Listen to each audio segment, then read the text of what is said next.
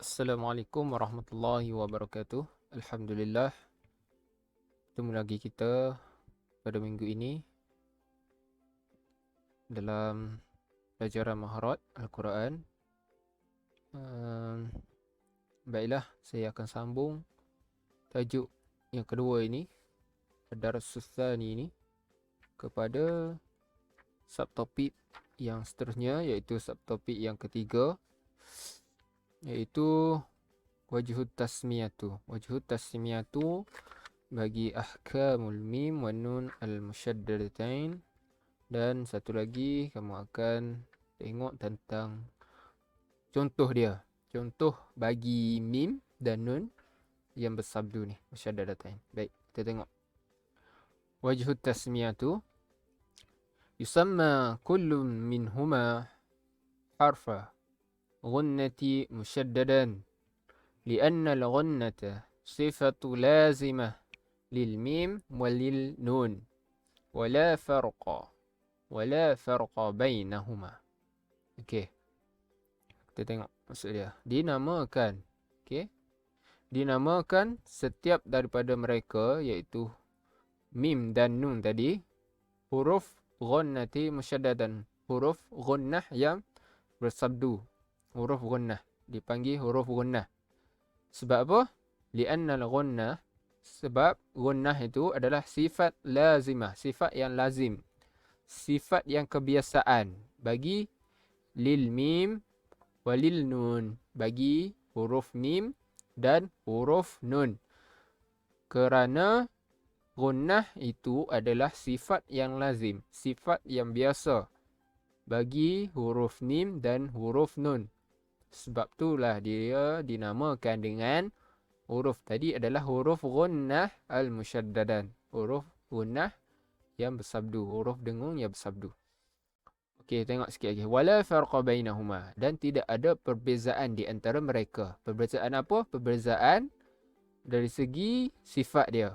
Sebab mim dan nun ni adalah sifat yang sama. Sifat dia adalah gunnah, dengung. Jadi tidak ada beza bagi sifat bagi mim dan tidak ada beza bagi sifat untuk huruf nun. Okey, tu maksud dia. Wajhut tasmiyah. Wajah tasmiyah. Okey. Baik. Yang akhir sekali ialah contoh. Kita tengok yang nombor 4 tu. Al-amthilatu li ahkamil mim wa nun al-musyaddadatain. Contoh bagi hukum mim dan nun al-musyaddadatan yang bersabdu.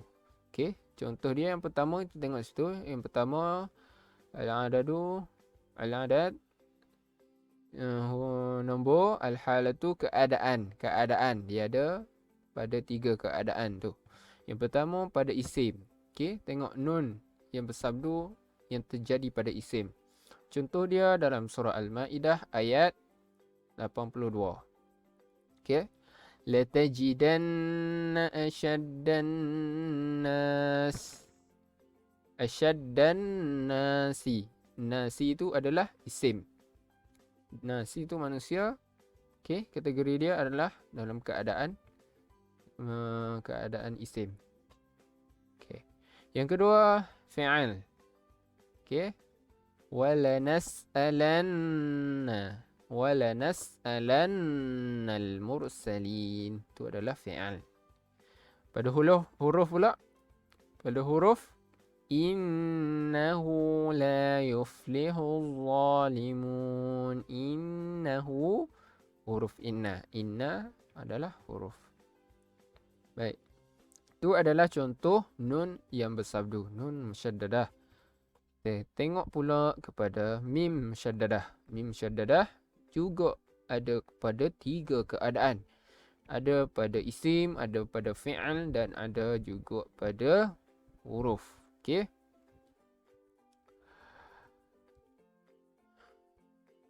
Okey, pada isim contoh dia walikulli ummatin ajal. Ummatin dengung.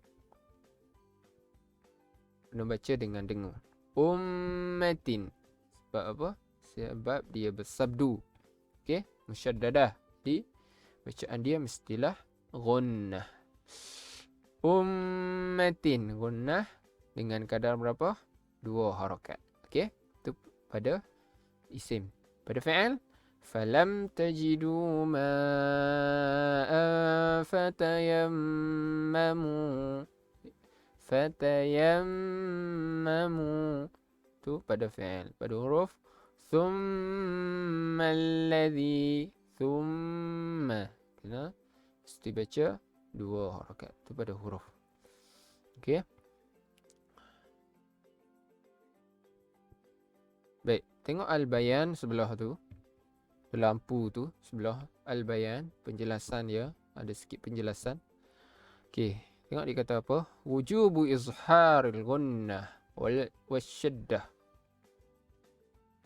fil mim wan nun al musyaddadatain sawa'an akanata fi kalimah wahidah nahu inna aw fi kalimatain nahu thumma la'atiyannahum min baini aydihim.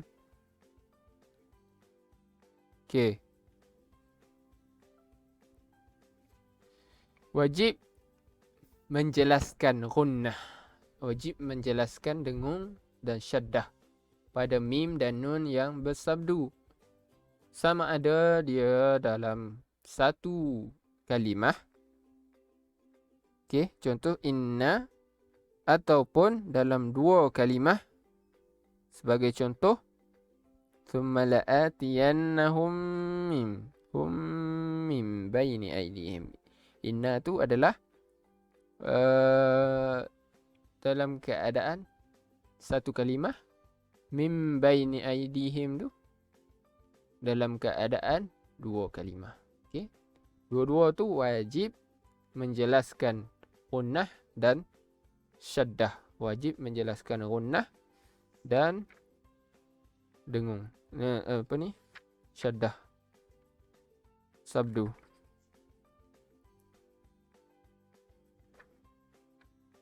Okey, habis.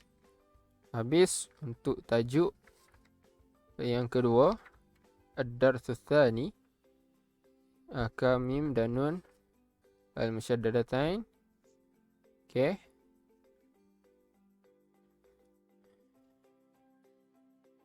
Baik, apa yang kamu kena buat ialah, okey, itu adalah murojaah. Bahagian murojaah tu adalah dia punya terangkan balik lah tentang gunnah, takrif dia, makhraj dan kadar. Okey, dan macam mana nak baca dia, hukum dia macam mana. Okey, sebab apa dinamakan. Okey. Baik, apa yang kamu kena buat ialah pada at-taqyim ni. At-taqyim. Okey. Taqyim kamu kena buat dalam bentuk latihan ya. Sepatutnya ni kalau di sekolah start tanya gitu je, tapi sebab kamu duduk kat rumah, kamu kena buat dalam buku. Okey, yang pertama, arif al-gunnah. Terangkan tentang al-gunnah. Terangkan tentang ta'rif gunnah. Okey, terangkan tentang ta'rif gunnah. Okey, ma makhraj gunnah wa miqdaruha. Okey. Kamu kena sebutkan apakah makhraj gunnah dan apakah kadar dia, berapakah kadar dia. Sebutkan makhraj gunnah dan sebutkan kadar dia.